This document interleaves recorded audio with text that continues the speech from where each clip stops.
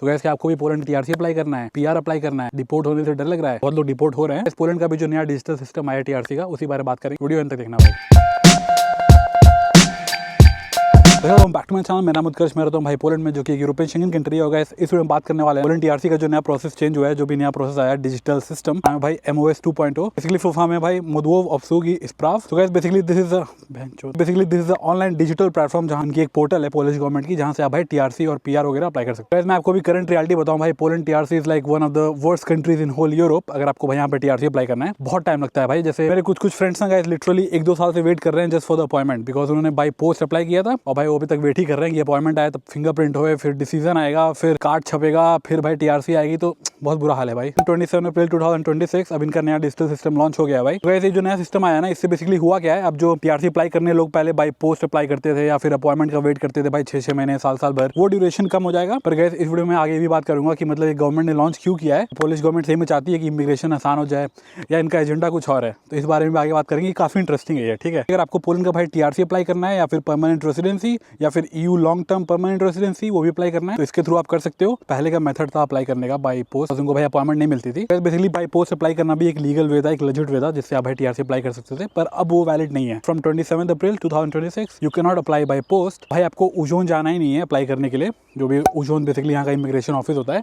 तो अब कैसे अप्लाई करना है भाई, पोर्टल पे अकाउंट बनानी है, you have to upload basically all the documents जो भी भाई टीआरसी अप्लाई करने के लिए होता है रिक्वायर्ड।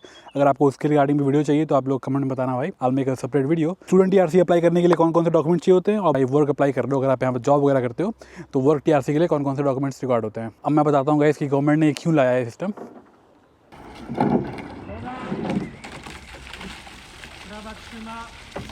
अपने हॉबी को एंजॉय करते हैं देखो। अब गैस पहले मैं ये बता दूं ना आपको शॉर्ट में कि पहले का 2 तरीका क्या था। मैं या तो आप भाई इनके जो उजोन होता है इमिग्रेशन सिस्टम, वहाँ पे आप भाई ऑनलाइन अपॉइंटमेंट लो, जो भाई इतनी आसानी से नहीं मिलता था। अगर आप आज अप्लाई कर रहे हो अपॉइंटमेंट के लिए, you are waiting for 2 months 3 months, लोग 6-6 महीने साल भर वेट कर रहे थे भाई अपॉइंटमेंट लेने के लिए, अपना एप्लीकेशन सबमिट करने के लिए फॉर द रेजिडेंट परमिट। जो दूसरा तरीका था, सबसे आसान तरीका, और ज़्यादातर लोग इसी के थ्रू अप्लाई करते थे बिकॉज अपॉइंटमेंट मिलती नहीं थी एट द फर्स्ट प्लेस।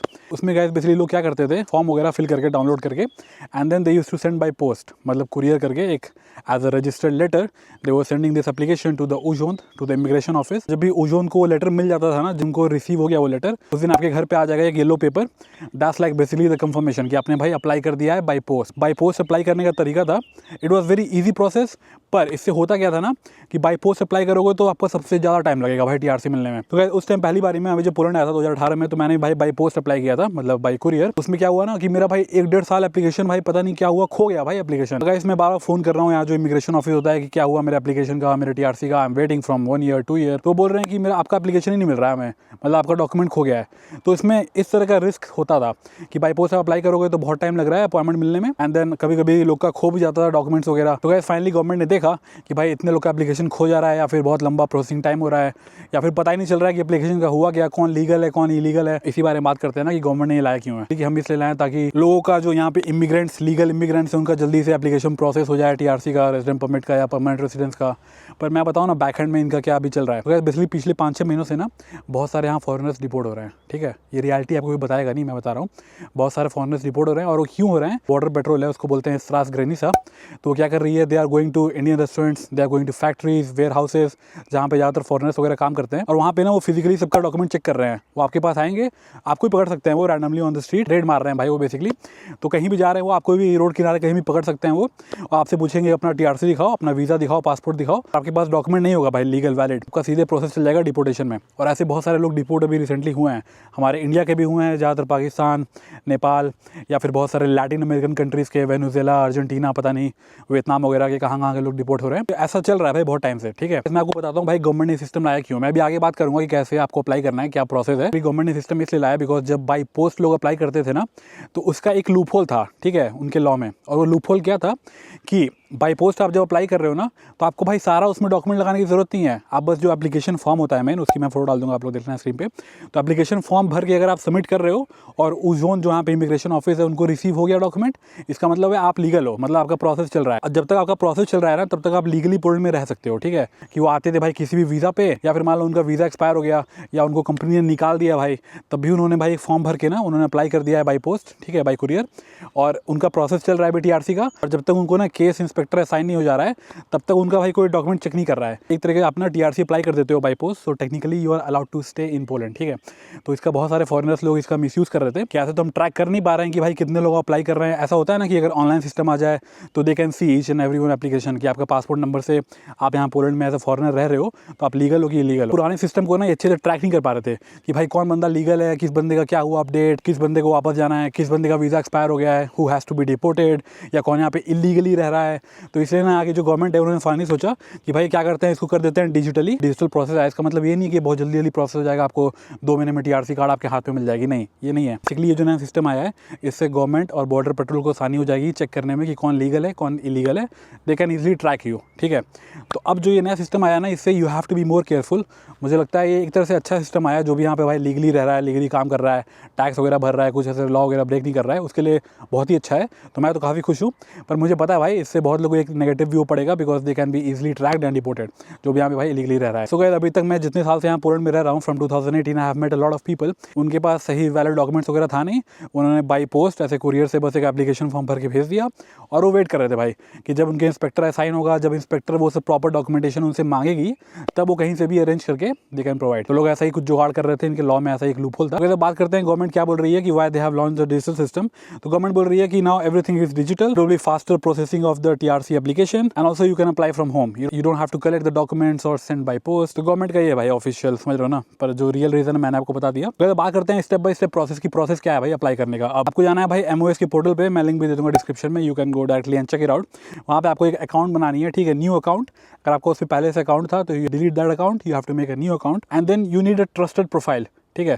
तो गाइस ट्रस्टेड प्रोफाइल क्या होता है, इसको पोलिश से बोलते हैं प्रोफाइल ज़फ़ानी। पर इंडिया में कैसे होता है भाई, डिजीलॉकर में आपको लॉगिन करने के लिए आपको आधार से ऑथेंटिकेट करना होता है। तो सेम यहाँ पे भी सिस्टम है ट्रस्टेड प्रोफाइल का, you have to log in via your bank, ठीक है। आपके बैंक में अगर सब कुछ आपका डिटेल्स अप टू डेट है, आपका पासपोर्ट नंबर, आपका पासपोर्ट कब एक्सपायर हो रहा है, TRC का डिटेल्स, तो गाइस बैंक से लॉग इन नहीं हो रहा है, तो there is one more way by which you can make your trusted profile ज़फ़ानी। गूगल पे आप लोग सर्च कर लेना, पोलैंड के जिस भी शहर में हो, उजोन मियास्ता, वहाँ पे आपको जाना है। वहाँ पे जाके बेसिकली ना you have to fill a form, जो भी डिटेल्स वगैरह है पोलैंड में आपका क्या एड्रेस वगैरह है, पेसल नंबर, पासपोर्ट नंबर, वो सब भरना है। And then you need a copy of your ज़मोल्दोवनिया। तो ज़मोल्दोवनिया मतलब होता है भाई सिटी रजिस्ट्रेशन। बेसिकली आपको अपना एड्रेस भाई रजिस्टर करना होता है कि आप कहाँ पे रहते हो पोलैंड में। तो आपको ज़मोल्दोवनिया for the trusted profile is very important. Second important document है भाई आपका पासपोर्ट या फिर वैलिड TRC या वीज़ा, ये होना चाहिए। और फिर तीसरा डॉक्यूमेंट है किसी ओजोन मांगते हैं वो पेसल नंबर सर्टिफिकेट, और ये फ्री ऑफ कॉस्ट होता है।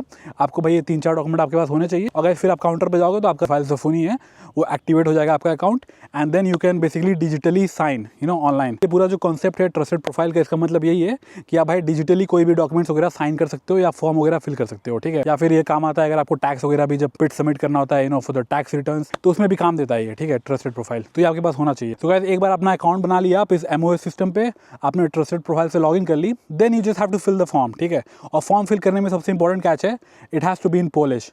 आपको अपना नाम वगैरह उसमें भरना होगा, पेरेंट्स का नाम, date of birth, passport number, आप भाई पोलैंड में कितने बार एंट्री और एग्जिट किए हो, आप यूरोप में पिछले 5 साल में कौन कौन से कंट्री ट्रैवल किए हो, आपके आँख का रंग क्या है, आपकी हाइट कितनी है, ये सब डिटेल बेसिकली भरना होता है। आपका एड्रेस वगैरह क्या है पोलैंड में, आपका पेसल नंबर क्या है। आपको इसमें मेरी हेल्प चाहिए तो I can also make a separate video how to fill the TRC online form, ठीक है। तो आप लोग कमेंट्स में बताना। अगर उसके बाद आपको अपना डॉक्यूमेंट्स अपलोड करना होगा, तो डॉक्यूमेंट्स में क्या अपलोड करना है, पासपोर्ट का स्कैन, पासपोर्ट का बेसिकली आपका जो फ्रंट पेज होता है और लास्ट पेज वो, और आपके पासपोर्ट पे जितना भी वीज़ा लगा हुआ है ना, जितने भी कंट्री का स्टैंप है या फिर इमिग्रेशन स्टैंप है, एंट्री एग्जिट का, सबका स्कैन होना चाहिए भाई A to Z सारे पेजेस का। फिर आपका भाई फोटो लगेगा, वर्क या स्टडी डॉक्यूमेंट्स, अगर आप अपने काम के बेसिस पे लगा रहे हो, अपने जॉब के बेसिस पे, then you have to provide the Annex 1, सबसे इंपॉर्टेंट डॉक्यूमेंट, या फिर जॉब कॉन्ट्रैक्ट या फिर सैलरी स्लिप या फिर एम्प्लॉयमेंट सर्टिफिकेट, इस तरह के डॉक्यूमेंट्स। अगर आप TRC अप्लाई कर रहे हो on the basis of your study, then you have to upload your student certificate. आप अपने कॉलेज जाओगे डीन्स ऑफिस में, वहाँ से बोलोगे have to apply for the TRC, so I need the student certificate, तो आपको दे देंगे भाई स्टूडेंट सर्टिफिकेट। उसमें बेसिकली ये मेंशन होता है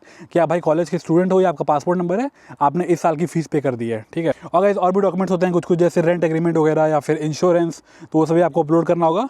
पेमेंट प्रूफ अपलोड करना होगा। तो पोलैंड TRC की जो फीस होती है वो है 400 समथिंग zloty, मतलब इंडियन रुपीज़ में 10,000 के आसपास। इसका आपको अपना प्रूफ भी अपलोड करना होगा भाई पेमेंट का, ठीक है, कि आपने पेमेंट कर दी है। तो गाइस एक बार आपने भाई अकाउंट बना लिया, सारा डॉक्यूमेंट्स वगैरह अपलोड कर दिया, फॉर्म वगैरह फिल कर लिया। अगर आप अपने जॉब के बेसिस अप्लाई कर रहे हो TRC, आपको अपने HR का कॉन्टैक्ट डिटेल्स देना है, ईमेल ID वगैरह, फ़ोन नंबर वगैरह, और आपके HR के पास जाएगा भाई एक लिंक गवर्नमेंट की तरफ से, ठीक है। बेसिकली वो डिजिटली साइन करेंगे आपके HR। अगर आप अपने स्टडी के बेसिस अप्लाई कर रहे हो, देन द इंटरनेशनल ऑफिस या फिर dean's office they will sign कि हाँ भाई आप वहाँ के सही में स्टूडेंट हो। Layer by layer they are trying to verify.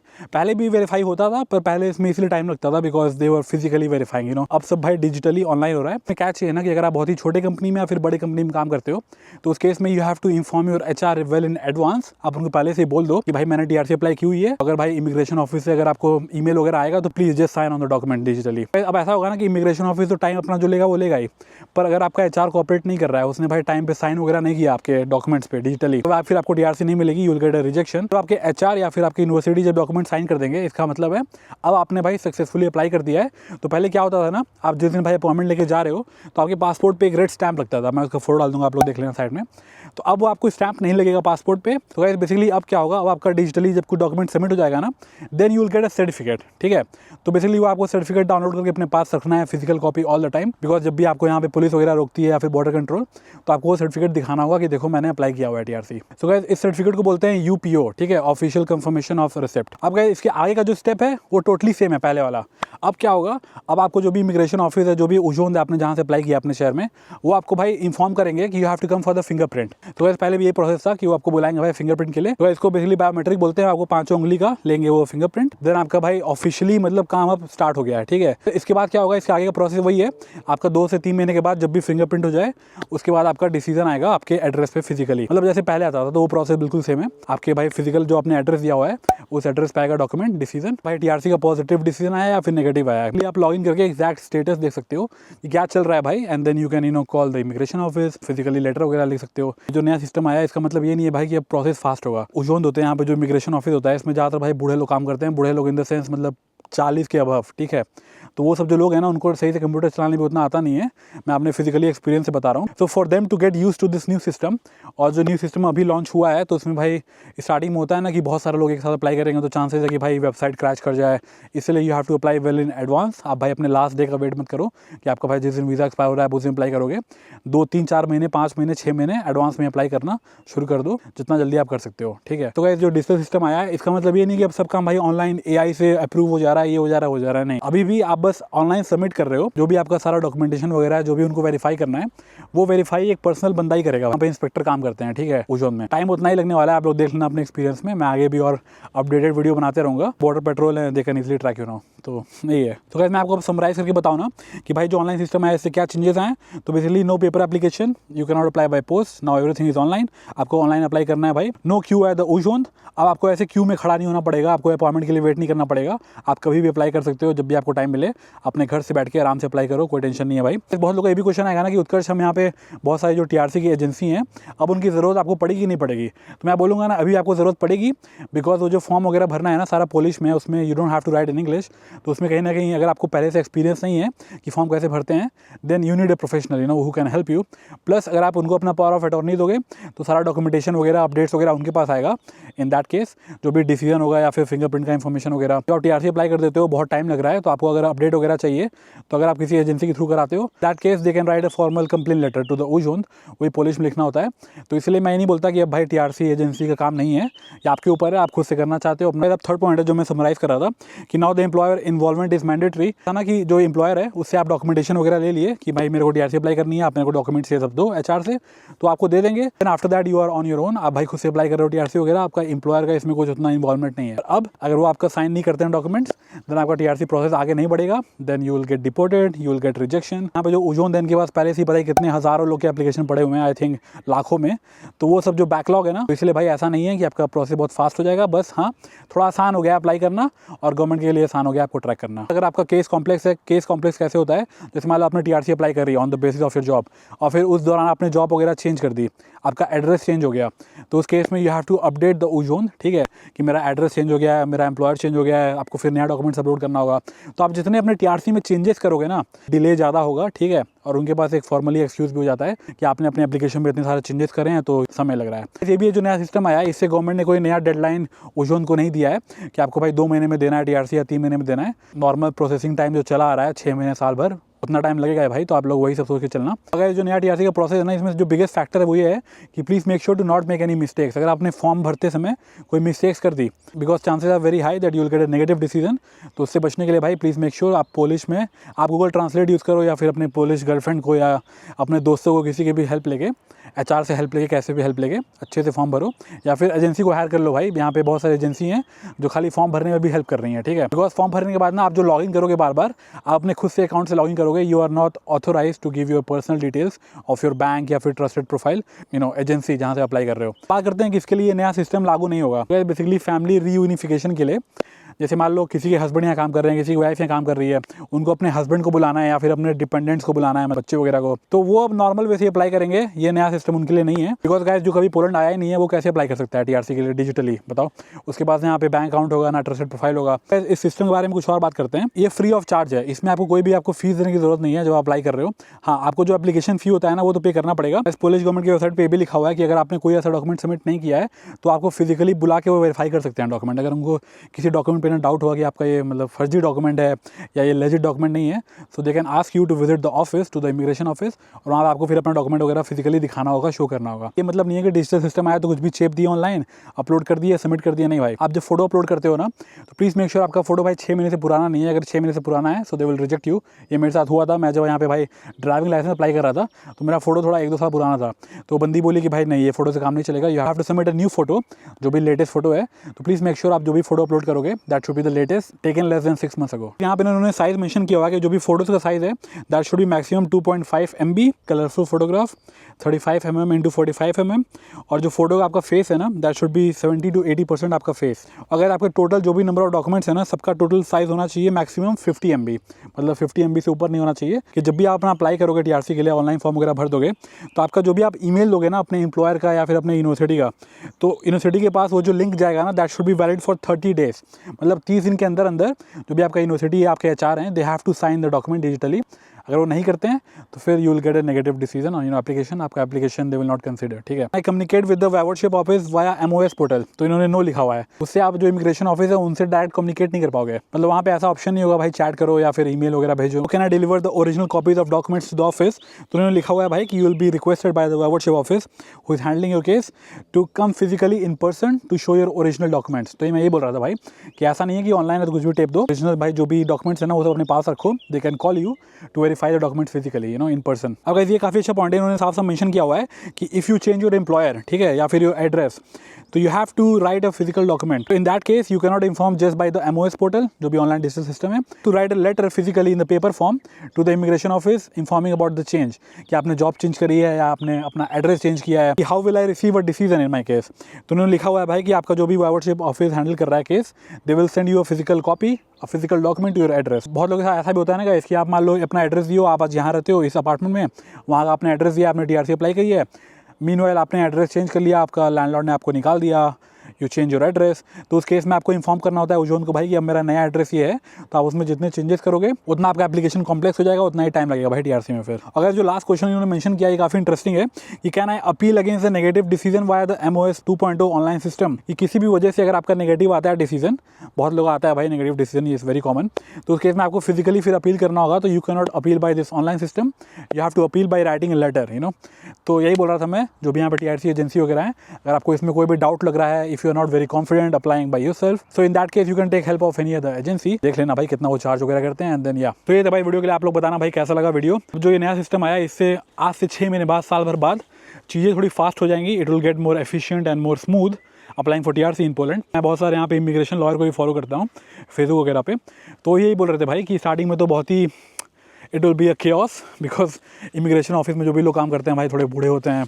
They are not very use to everything digital या फिर ऑनलाइन। जैसे मैं पहले बता रहा था भाई, आप लोग अपने आप को थोड़ा केयरफुल रहो, बिकॉज मैं देख रहा हूँ ना बहुत लोग यहाँ पे आते हैं काम करने, specially the people who come for blue collar jobs या वर्क परमिट वगैरह पे, पता ही नहीं होता है कि उनका एम्प्लॉयर टैक्स पे नहीं कर रहा है, या फिर उनका एम्प्लॉयर ने भाई टीआरसी अप्लाई नहीं करी है, फिर रैंडमली आती है भाई border patrol, you can get deported. तो बहुत लोग ऐसे डिपोर्ट भी हो रहे हैं। मेरे को एक बंदे का ईमेल आया था, उनका एम्प्लॉयर उनको 5 लॉटी काम पे रखा हुआ है, 6 लॉटी पे, उनके एम्प्लॉयर ने भाई टैक्स नहीं पे करी है, उनके एम्प्लॉयर ने भाई उनको कॉन्ट्रैक्ट नहीं दिया है, वर्क परमिट भी एक्सपायर हो गया है। मतलब ऐसे ऐसे लोग ना, मतलब आप लोग क्या कर रहे हो भाई। अगर आपको सही में यहाँ पे लीगली रहना है ना, एक लाइफ बिल्ड करनी है, तो ऐसा रिस्क मत लो। बिकॉज ये अपने ओपिनियन बताऊँ, अगर आप सोच भी रहे हो ना कि यहाँ पे आके असाइलम क्लेम कर लोगे या कुछ भी क्लेम कर लोगे, तो नहीं भाई, Poland is the worst country for that. यहाँ पे इन्होंने बेसिकली बैन किया हुआ है कि कोई भी असाइलम वगैरह भी क्लेम नहीं कर सकता है। तो अगर आप ये वीडियो यहाँ तक देख रहे हो ना, तो भाई बेसिकली चल क्या रहा है। जब से ये रशिया यूक्रेन का वॉर शुरू हुआ है ना, तो जब से EU ने ना रशिया पे इतना सैंक्शन लगाया है, रशियन गवर्नमेंट और बेलारूस की गवर्नमेंट मिलकर साथ में काम कर रही है और उनका प्लान है टू डिस्टेबलाइज यूरोप, ठीक है। और भाई बेलारूस के बाद Poland is the first European country, मतलब जो भी EU का मेंबर है या फिर शेंगन जोन है, कि बेलारूस ने वीज़ा फ्री कर दिया है बहुत सारे कंट्रीज़ के लिए।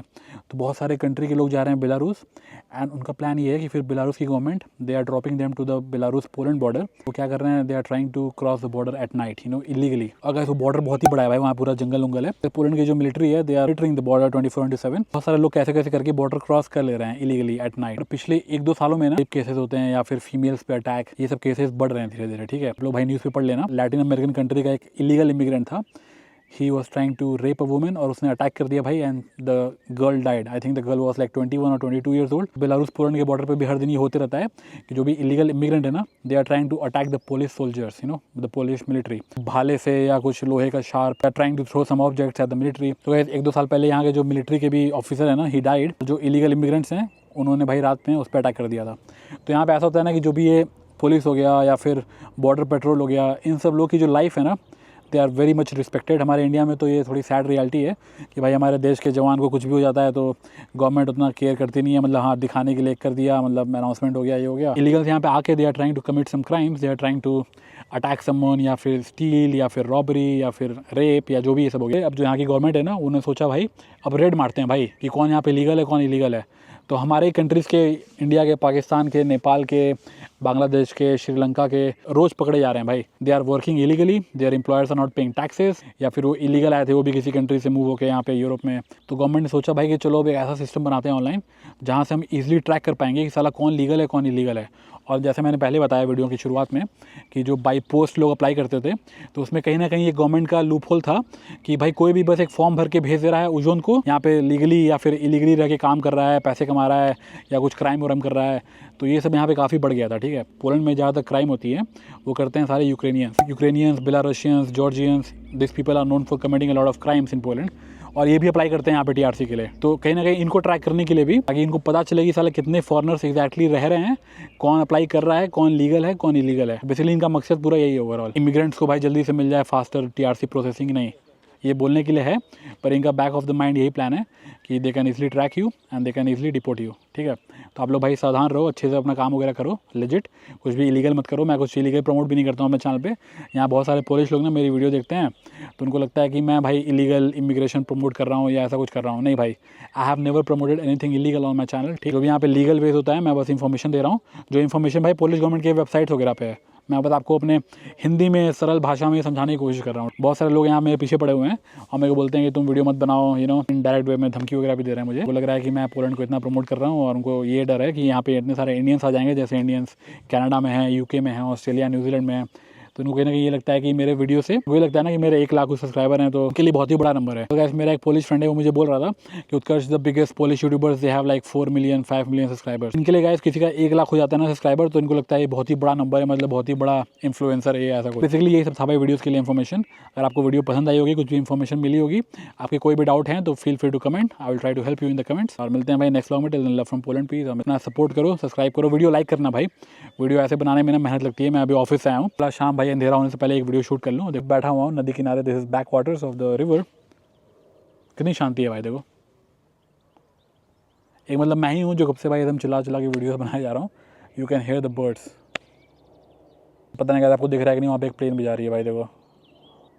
तो वैसे मेरा पॉइंट है, अगर आप ये सोच के आ रहे हो कि मेरे को जल्दी से TRC चाहिए, जल्दी से यूरोप वगैरह में ट्रैवल करूँगा, तो Poland is not the country for you. ऐसे लोग को जानता हूँ जो 2-2, 3-3 साल से वेट कर रहे हैं भाई TRC का। लोग तो TRC मिली नहीं, वो इंडिया वापस गए, वीज़ा लिए, फिर आए भाई पोलैंड। तो ऐसा भी करना पड़ सकता है, तो आप लोग देख लेना भाई।